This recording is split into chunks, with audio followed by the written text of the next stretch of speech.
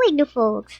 आज हम बात करेंगे री रजिस्ट्रेशन के बारे में, जिसका लास्ट डेट आने ही वाला है और आपको जल्दी से री रजिस्ट्रेशन कराना होगा। अब यहाँ पे क्या होता है कन्फ्यूजन की दो टर्म्स है, एक री रजिस्ट्रेशन और एक री एडमिशन। तो हम यहाँ पे री रजिस्ट्रेशन की बात कर रहे हैं, तो मैं आपको इसका मीनिंग एंड प्लस आपको ये क्यों करना चाहिए वो सारी डिटेल्स दूंगी। बने रहिए लास्ट तक, हम स्टेप बाय स्टेप सारी डिटेल में स्टेप्स देखेंगे एंड किस तरीके से भरना है, किस तरीके से आपको पोर्टल यूज़ करना है। चाहे आप ये जो री रजिस्ट्रेशन है ये पहली बार कर रहे हैं या तीसरी बार चौथी बार, बट आपको यही जो स्टेप्स है इनको फॉलो करना है। गाइस 19 मई को एक नया अपडेट आया है जो कि मैंने एंड में दे रखा है, पूरा एक्सप्लेन किया है। It is fees refund process for ST and SC people, तो आप एंड तक ये वीडियो ज़रूर देखिए। तो चलिए चलते हैं, पहले देखते हैं कि why we need to do re registration, right. पहले हम ये समझ लेते हैं, तभी तो री एडमिशन से इसको डिफ्रेंशिएट कर सकते हैं। तो जो बेसिक आइडिया है री रजिस्ट्रेशन का वो है कि to register yourself in the next academic year. Very simple, ठीक है। आप अगर फर्स्ट ईयर में हैं तो सेकेंड ईयर में जाने के लिए आपको रजिस्टर कराना होता है अपना नाम, सेकेंड ईयर के लिए, है ना, प्रमोट करना पड़ता है अपने आप को। तो उसके लिए हम री रजिस्ट्रेशन करते हैं। इसमें क्या होता है कि आपको फ़ीस भरनी होती है, आपके सब्जेक्ट्स जो भी आप इलेक्टिव लेना चाहते हैं उनको सिलेक्ट करके आप फ़ीस भरते हैं, है ना। आपको री रजिस्ट्रेशन करने के लिए जो लिंक होता है उसको मैं डिस्क्रिप्शन बॉक्स में दे दूँगी। देन नेक्स्ट हम चलते हैं, कुछ इम्पॉर्टेंट पॉइंट्स हैं जो हमें याद रखने हैं। अच्छा, यहाँ पे मैंने पहले ही स्पेसिफाई कर दिया, जैसे 30 June is the last date reregistration के लिए, तो आप ये चीज़ जल्दी से जल्दी करा लीजिए। Okay, well you have a month और सो आपके हाथ में, तो आप करा लीजिए। ओके, तो पहले पॉइंट देखते हैं कि it can be done for all programmes. Alright, सारे प्रोग्राम अवेलेबल है। मैं आपको जब स्टेप बाय स्टेप दिखाऊंगी तो आपको दिख जाएंगे। It is compulsory to get promoted to the next academic year, है ना। आप अगर फर्स्ट ईयर में हो या सेकेंड ईयर में हो, आपको next academic year as in first वाले को सेकेंड में जाने के लिए ये री रजिस्ट्रेशन करना ज़रूरी है। It is done before the term and exam, ठीक है। ये बात बिल्कुल क्लियर कर लीजिए। ये प्राइवेट जो हम कॉलेजेस में जाते हैं वहाँ पे पहले एग्ज़ाम देते हैं, उसके बाद हमारा सेकेंड ईयर में प्रमोशन होता है ना। बट यहाँ पे क्या हो रहा है कि आप ये देने से पहले ही सेकेंड ईयर में प्रमोट हो जाते हैं। इन केस आप फर्स्ट ईयर में कुछ फेल हो जाते हैं कुछ सब्जेक्ट्स में, या AT-KT लग जाती है या बैक लग जाती है, तो आपके वो जो सब्जेक्ट्स है वो सेकेंड ईयर में इंक्लूड कर सकते हो आप, ठीक है। नेक्स्ट चलते हैं, you have to register yourself before you can access the form. First time कर रहे हैं ये चीज़, या फिर आप तीसरी चौथी बार कर रहे हैं, एज इन आपने पहले ऑफलाइन किया हुआ है, आपने ऑलरेडी अपने आप को री रजिस्टर करवाया है ऑफलाइन प्रोसेस से, फिर भी आप ऑनलाइन जब री रजिस्ट्रेशन करेंगे तो आपको ये पॉइंट फॉलो करना ही है, ठीक है। ये वाला पॉइंट सभी को फॉलो करना है, ईच एंड एवरी स्टूडेंट। तो you have to register yourself before you can access the form। कौन सा फॉर्म? री रजिस्ट्रेशन फॉर्म, ठीक है। Things you should keep ready. हम फॉर्म तो एक्सेस कर लेंगे, रजिस्टर भी कर लेंगे, उससे पहले हमारे पास क्या क्या होना चाहिए, हमें क्या रेडी करके रखना है। पहली चीज़ है enrolment number. Okay, enrolment number हम तैयार कर लेंगे, हमारा registered phone number, registered email ID and list of course codes. अब ये क्यों ज़रूरी है? हमारा एनरोलमेंट नंबर से हम रजिस्टर करते हैं, ठीक है। एनरोलमेंट नंबर से हम रजिस्टर करते हैं। रजिस्टर्ड फ़ोन नंबर पे हमें जब पेमेंट हो जाती है ना, तो पेमेंट का वो जो स्लिप होता है या फिर इंफॉर्मेशन होता है, कंफर्मेशन होता है, वो फ़ोन से और ईमेल आईडी से आता है।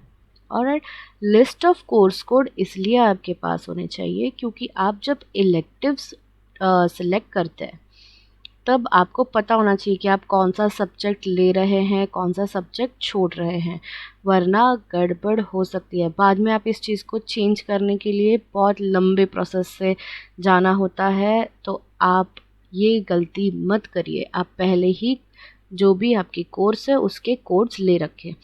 अब मैं जानती हूँ बहुत लोगों को ये नहीं पता कि एनरोलमेंट नंबर कहाँ से मिलेगा या फिर कोर्स कोड्स कहाँ से मिलेंगे। तो एनरोलमेंट नंबर आपको कहाँ पे मिलेंगे मैं बता देती हूँ, इस पर भी एक वीडियो आपके लिए लेके आऊँगी।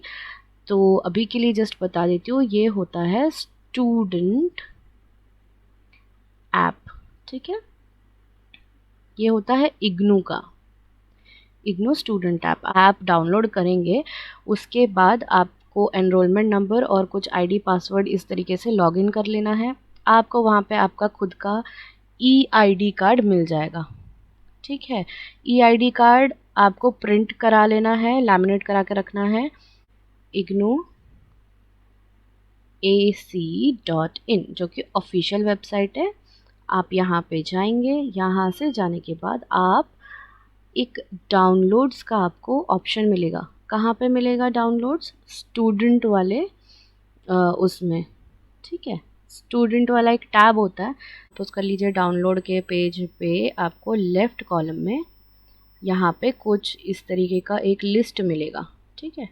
स्टूडेंट जोन के अंदर ये पेज खुला है हमारा, यहाँ पे उनका लोगो वोगो है, ये छोड़ दीजिए। यहाँ पे आपको डाउनलोड्स के अंदर कुछ ऐसे लिस्ट मिलेगा। इसमें एक रहेगा प्रोस्पेक्टस। क्या रहेगा? Prospectus, right. प्रोस्पेक्टस पे आप क्लिक करेंगे, आपको वहाँ पे आप पूछेंगे कि आपका स्कूल कौन सा है। तो मान लीजिए जैसे मैं BSW कर रही हूँ, तो BSW कौन से स्कूल में आता है? स्कूल ऑफ सोशल वर्क, ठीक है। तो मैं स्कूल ऑफ सोशल वर्क में जाऊँगी, वहाँ पे लिस्ट खुलेगा। लिस्ट खुलने के बाद वहाँ पे मैं BSW का ऑप्शन सेलेक्ट करूँगी। अगर आपको ये जो भी मैंने स्टेप्स बताए हैं ये अगर नहीं समझ में आ रहे तो मुझे प्लीज़ कमेंट बॉक्स में बताइए, मैं आपके लिए फटाफट एक वीडियो बना दूँगी इस चीज़ के ऊपर भी, ठीक है। आप यहाँ से प्रोस्पेक्टस डाउनलोड कर सकते हैं। प्रोस्पेक्टस को पूरा रीड करिए, ठीक है। पूरा रीड करके आपको समझ जाएंगे कि ये पूरे कोर्स में कौन से सब्जेक्ट कोड्स कोर्स कोड्स है, ठीक है। ये हमने कर दिया। उसके बाद आपको डेट शीट चेक करनी है। क्यों? तो कभी कभी होता है कि आपके दो एग्ज़ाम्स है, दोनों एक ही डेट पे और एक ही टाइम पे कोलैप्स हो जाते हैं, है ना। तो आप दो एग्ज़ाम तो एक साथ दे नहीं सकते, हम शक्तिमान तो है नहीं। तो डेट शीट हम चेक कर लेंगे। तो चलिए हम पूरा प्रोसीजर एक बार स्टेप बाय स्टेप करते हैं with no steps skipped. Guys आप मेरे साथ साथ करिए, कोई प्रॉब्लम नहीं होगी। कोई भी अगर आप अटक जाते हैं या कोई भी दिक्कत होती है तो आप हमारे फेसबुक पे जो पेज है या ग्रुप है आप वहाँ पे कांटेक्ट करिए या फिर टेलीग्राम पे कांटेक्ट करिए। यहाँ से कॉपी कर रही हूँ एंड डिस्क्रिप्शन बॉक्स में दिया हुआ है, आप वहाँ से कॉपी करिए उस लिंक को एंड क्रोम पे जाकर पेस्ट कर दीजिए। आप Ctrl+C Ctrl+V यूज़ कर सकते हैं। देखिए मैंने यहाँ पे आपको दिखाने के लिए पेस्ट किया है एंड देन एंटर, ठीक है। एंड देन आपके पास ये खुल जाएगा, री registration for July 2020 session, last that is 30 June and 2020, ठीक है। अब ये जो गाइडलाइंस दी है, इंस्ट्रक्शंस दी है, ये हमने इससे पहले डिस्कस करी है, आप जाकर वापस देख लीजिए आपको कोई भी डाउट हो तो। फिर इस बॉक्स को हम चेक करेंगे एंड क्लिक करेंगे प्रोसीड फॉर री रजिस्ट्रेशन। ओके, तो फिर ये वाला पेज मेरे पास खुलेगा। इसमें आप एनरोलमेंट नंबर एंड पासवर्ड फटाफट मत डाल दीजिए, आपको न्यू रजिस्ट्रेशन पे क्लिक करना है, ठीक है। री रजिस्ट्रेशन पे क्लिक करने के बाद ये वाला पेज खुलेगा, स्टूडेंट रजिस्ट्रेशन फॉर्म। इस पर आप अपना प्रोग्राम सिलेक्ट करिए, आपका नाम डालिए, जैसे आपके आईडी कार्ड में लिखा है वैसे डालिए and then enrolment number captcha fill करिए and click on submit. But आपका जो ओन मोबाइल नंबर है और ईमेल एड्रेस है उसी को आप यूज़ करिए, ठीक है। इट इज़ वेरी इंपॉर्टेंट, आप उसको रेडी रखिए as I said ago, earlier. तो आप ध्यान रखिए इन चीज़ों का एंड देन हम ये फटाफट डिटेल भर लेंगे, मैं भर लेती हूँ एंड देन आपको दिखाती हूँ। सो मैंने भर लिया है, मैंने सबमिट पे क्लिक कर दिया है। देन मुझे एक OTP आ रहा है, तो ईमेल पे और मोबाइल नंबर पे जो आपका रजिस्टर्ड वाला है उसी पे, ठीक है। तो मैं अपना वाला भर दूंगी यहाँ पे। तो यहाँ पे वो पूछ रहा है यूज़र नेम, मेरा एनरोलमेंट नंबर आया है। देन पासवर्ड मैं जनरेट करूँगी, कंफर्म पासवर्ड सेम वाला, एंड देन सबमिट। अब वो बोल रहा है you can log in now, check एक वो आ रहा है ग्रीन कलर का। अब यहाँ पे एनरोलमेंट नंबर एंड पासवर्ड हम डालेंगे, कैप्चा डालेंगे एंड लॉग इन करेंगे। तो मैं भर लेती हूँ फटाफट इसको, जो पहले हमने यूज़ किया था वही डालिए, लॉग इन कर दिया, ठीक है। अब ये पेज खुल गया है मेरा। इस पेज पे आप देखेंगे काफ़ी सारे ऑप्शंस दिए जा रहे हैं लेफ्ट साइड में। आप इसमें से हम क्या करेंगे, री रजिस्ट्रेशन पे क्लिक कर देंगे, ठीक है। आपको यहाँ पे काफ़ी सारे टैब्स दिखेंगे। इसमें री रजिस्ट्रेशन हिस्ट्री का एक टैब है जो आपको बाद में आकर चेक करना है। इसमें आपकी पेमेंट डिटेल्स या आपने कौन से कब कब री रजिस्ट्रेशन कराया है वो दिखेगा। तो यहाँ से मैं जाकर री रजिस्ट्रेशन पे वापस चली जाऊँगी और मेरा जो कोर्स कोड दिख रहा है ये वाले पे मैं क्लिक कर दूँगी। नीचे आप देखिए ये वाला, ठीक है। यहाँ पे मेरा पूरा प्रोफाइल खुल गया है। यहाँ पे मेरे सब्जेक्ट्स दिख रहे हैं एंड कौन से ईयर में, कैटेगरी, क्रेडिट्स, साइकिल, हर एक चीज़ दिख रही है। तो बहुत सॉर्टेड बनाया हुआ है इस बार इग्नू ने अपना portal, and it is very easy to use, but still if you have got any second thoughts, any doubts, please let us know. Okay, तो इसमें अब क्या करूँगी, click here to select your courses, आपको लेफ्ट साइड में दिख रहा होगा, मैं उस पर क्लिक करूँगी, ठीक है। चलिए अब यहाँ पे अपडेट कोर्स सिलेक्शन करिए, तो यहाँ पे आपके ऑप्शंस खुलेंगे।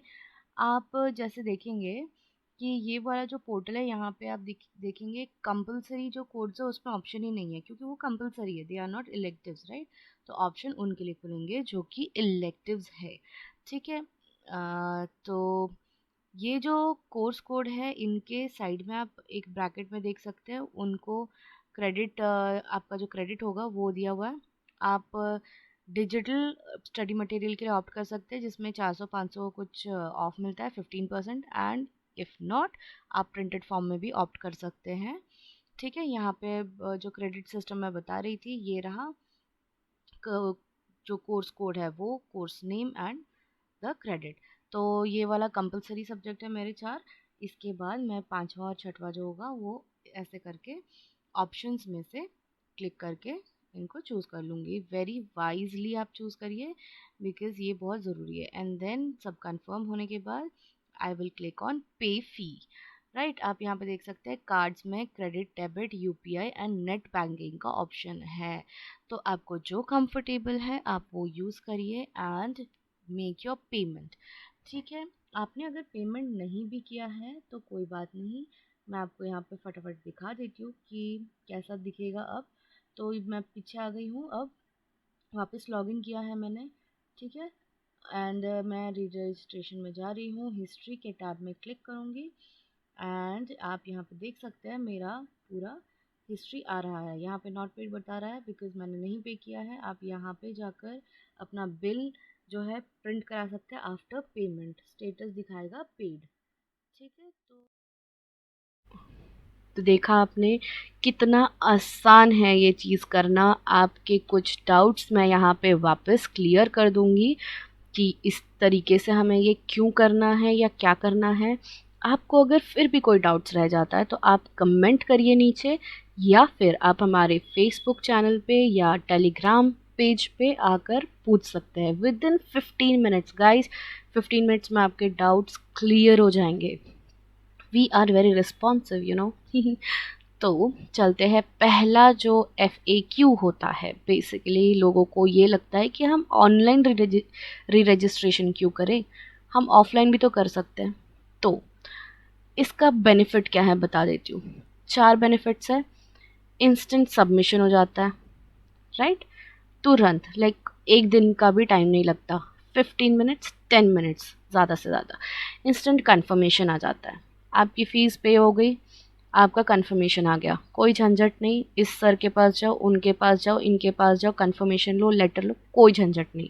आपके फ़ोन नंबर पे या ईमेल पे जो कि रजिस्टर्ड है, पहले मैंने बताया था रजिस्टर्ड फ़ोन नंबर और ईमेल आपका देना है री रजिस्ट्रेशन के टाइम, क्योंकि आपका कन्फर्मेशन आता है, राइट। आपको कन्फर्मेशन तुरंत इंस्टेंट मिल जाता है। उसके बाद का पॉइंट है कि इंस्टेंट पेमेंट हो जाता है विदाउट एनी झंझट ऑफ डीडी, डिमांड ड्राफ्ट, जो बैंक में हम लाइन लगा के करते हैं यार, 2 दिन तो डीडी बनाने में ही निकल जाता है। तो इसमें क्या होता है, ऑनलाइन आपने पेमेंट करी, बात ख़त्म। उसके बाद इफ़ इन एनी केस, ठीक है, इफ़ इन एनी केस आपका रजिस्ट्रेशन एक्सेप्ट नहीं होता, ठीक है, आपका जो भी री रजिस्ट्रेशन हो रहा है फॉर्म है, आपको मेल आया है कि योर री registration is not being accepted in any case, आपकी जो फ़ीस है ना वो रिफ़ंड हो जाती है। गाइस, रिफ़ंड करने के लिए कितना झंझट होता है बताओ, ठीक है, रीजनल सेंटर जाओ, यहाँ जाओ, वहाँ जाओ, तो आपको ये सब झंझट है ही नहीं। आपका अगर रिजेक्ट होता है या एक्सेप्ट नहीं होता है तो आपको रिफ़ंड मिल जाता है तुरंत। कहाँ पे रिफ़ंड मिलेगा, नेक्स्ट क्वेश्चन है।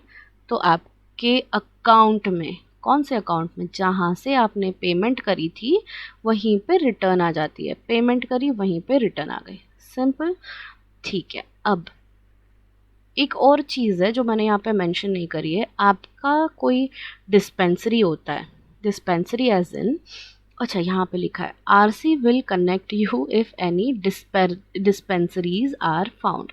डिस्पेंसरीज क्या होता है कि आपने फॉर्म भरा तब कुछ गड़बड़ हो गई है और आरसी को उस चीज़ का डाउट है, या आरसी के पास आपकी पूरी इन्फॉर्मेशन नहीं आई है, ठीक है, उनको लगता है कि आप कोई डॉक्यूमेंट्स एक्स्ट्रा दे, ठीक है, डॉक्यूमेंट्स या एनीथिंग, कोई कुछ भी हो सकता है, तो आरसी आपको कांटेक्ट करती है खुद, ठीक है, वो डायरेक्टली रिजेक्ट भी नहीं करेगी और सीधे एक्सेप्ट भी नहीं करेगी, ठीक है, बिल्कुल आसान तरीका है, सब ऑनलाइन रहेगा, आपके पास ऑफिशियल सारा रिकॉर्ड रहेगा।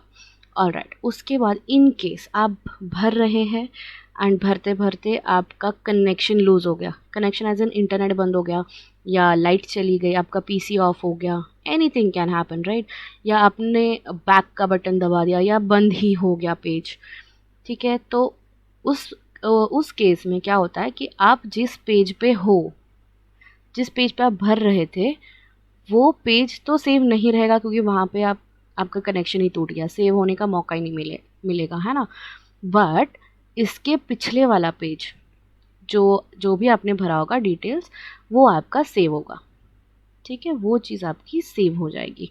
तो आप उस पेज से, जो सेव्ड पेज है यानी कि प्रीवियस वाला पेज, उस पेज से आप वापस शुरू कर सकते हैं भरना, ठीक है। ये आई थिंक क्लियर हो गया आपको।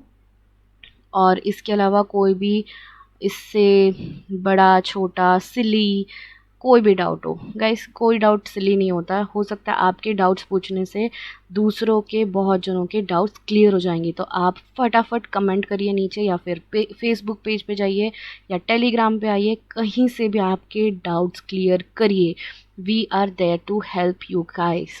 तो देखते हैं अब fees refund process for ST and SC people. तो हम इसे एक बार रीड आउट करेंगे एंड साथ ही साथ इसको समझेंगे, ठीक है। चलिए शुरू करते हैं। In pursuance of notification dated 29th April 2020 issued by Director P&T, the fee exemption provision for ST and SC students has been implemented on the online re-registration portal. ठीक है, इसका मीनिंग ये है कि 29 अप्रैल 2020 को एक नोटिफिकेशन जारी किया गया था जहाँ पे कहा गया है कि फीस एग्जम्पशन आपका जो ऑनलाइन री रजिस्ट्रेशन पोर्टल है वहाँ पे इम्प्लीमेंट कर दिया गया, यानी कि वहाँ से भी कर सकते हैं आप। तो फीस एग्जम्पशन क्या होता है, फीस माफ़ करना जो होता है वो आपके ऑनलाइन री रजिस्ट्रेशन में भी अवेलेबल हो चुका है। फिर कह रहे हैं SC and ST students who are granted fee exemption at the time of their admission in first year are eligible for exemption in re registration. ठीक है, उन्हीं की फ़ीस माफ़ होंगी जिनके फर्स्ट ईयर में फ़ीस माफ़ हो चुकी थी, ठीक है, प्रोवाइडेड यानी कि कुछ कंडीशंस है। फर्स्ट, दे आर अनएम्प्लॉयड, ठीक है, they have to declare their current status of employment on the portal. ठीक है, उन्हें अनएम्प्लॉयड यानी कि कोई उनके पास जॉब नहीं होनी चाहिए, और उनका जो करंट जो भी आप जॉब कर रहे हैं, एम्प्लॉयमेंट का जो भी स्टेटस है, जॉब कर रहे हैं नहीं कर रहे हैं, उसको आपको पोर्टल में बताना है। Second, they are not receiving any scholarship or financial assistance from any other source. They have to specify this on the portal. तो आपको स्कॉलरशिप या फाइनेंशियल असिस्टेंस यानी कि कहीं से कोई पैसों की मदद नहीं मिल रही है कहीं और से, ये आपको पोर्टल पे बताना ज़रूरी है। तीसरा है, they give their consent for availing the scholarship. अब यहाँ पे इग्नू से जो स्कॉलरशिप मिल रहा है उसके लिए आपको एक जैसे कंसेंट एज इन आपको लिख कर देना होता है ना, डिक्लेरेशन होता है जैसे, वैसे आपको कंसेंट एक दिखाना है कि आपको इग्नू स्कॉलरशिप दे रहा है। ठीक है, so if all the above conditions are fulfilled they will be able to submit their RR form यानी कि reregistration form without payment of fee. ठीक है, अगर सारे ये जो कंडीशंस हैं 3 इन्हें फुलफ़िल करते हैं आप, प्लस जो फर्स्ट ईयर में भी आपको फ़ीस माफ़ की गई है आपकी, तो आप ये reregistration form without payment of fee भी भर सकते हैं, विदाउट फीस भर सकते हैं। Since the facility is now available online, offline RR forms from the students may not be accepted. बहुत इंपॉर्टेंट पॉइंट है ये वाला, since the facility is now available online. ठीक है, ऑनलाइन होने के कारण ये जो री रजिस्ट्रेशन का प्रोसेस ऑनलाइन होने के कारण ऑफलाइन री रजिस्ट्रेशन फॉर्म्स ऐसे बच्चों से जो फ़ीस एग्जम्पशन यानी कि फ़ीस माफ़ करवा रहे हैं या स्कॉलरशिप ले रहे हैं, उन्हें ऑफलाइन RR फॉर्म्स भरने की अनुमति नहीं है, एज इन वो एक्सेप्ट नहीं किए जाएंगे। ठीक है, ये है 19 मई 2020 का नोटिफिकेशन, वेरी लेटेस्ट नोटिफिकेशन। आपको इस पे कोई भी डाउट हो तो आप नीचे कमेंट बॉक्स में या फेसबुक पे हमारे साथ डिस्कस कर सकते हैं, या फिर आप टेलीग्राम चैनल ज्वाइन करिए, डिस्क्रिप्शन बॉक्स में लिंक दिया हुआ है। Alright, so I hope this was good enough and really easy for you guys and helpful for you guys.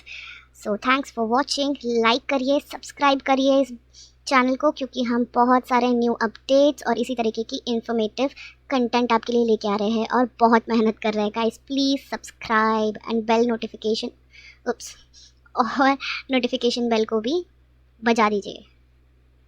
Bye bye.